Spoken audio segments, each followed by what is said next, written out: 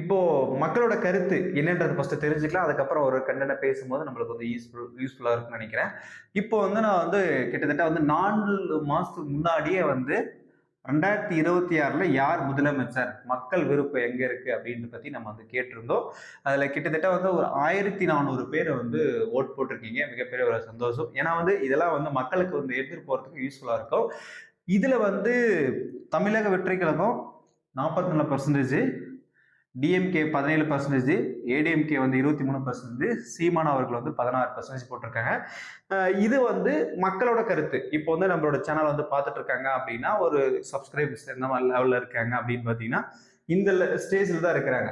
அப்போ வந்து 1400 பேர் வந்து ஓட்டு போட்டிருக்காங்க. 1400 பேர் ஓட்டுல வந்து லீடிங்ல இருக்குது டிவிக்கே. ஆனா பட் வந்து ஒட்டுமொத்த தமிழ்நாட்டு மக்களும் அதே நிலைமையில இருந்தா டிவிக்கே தான் வாய்ப்பு.